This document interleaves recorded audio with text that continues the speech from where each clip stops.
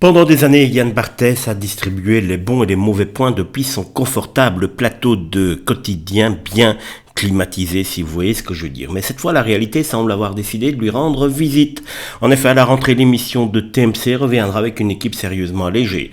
Plusieurs visages bien connus disparaissent, 4 chroniques passent à la trappe, des techniciens quittent également le navire et même les émissions spéciales devraient être moins nombreuses. Officiellement, il s'agit tout simplement de réduire les coûts face à la crise publicitaire qui touche la télévision, mais derrière cette explication très propre se cache une image beaucoup moins glorieuse, celle d'une émission obligée de tailler dans le vif pour continuer à avancer.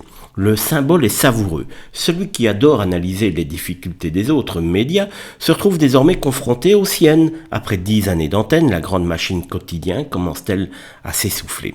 Cette mauvaise nouvelle arrive quelques semaines après la polémique sur la canicule. Yann Barthès avait été accusé de mépriser les personnes vivant dans des logements particulièrement exposés à la chaleur. Une pétition symbolique demandant de lui couper de la climatisation avait dépassé les 30 000 signatures début juillet. Au lieu de calmer le jeu, l'animateur avait répondu avec une nouvelle dose d'ironie.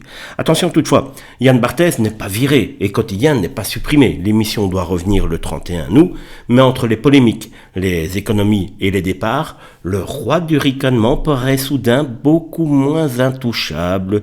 Tiens, cela voudrait dire que les Français commencent à tout simplement comprendre qui se cache derrière le personnage de Yann Barthès.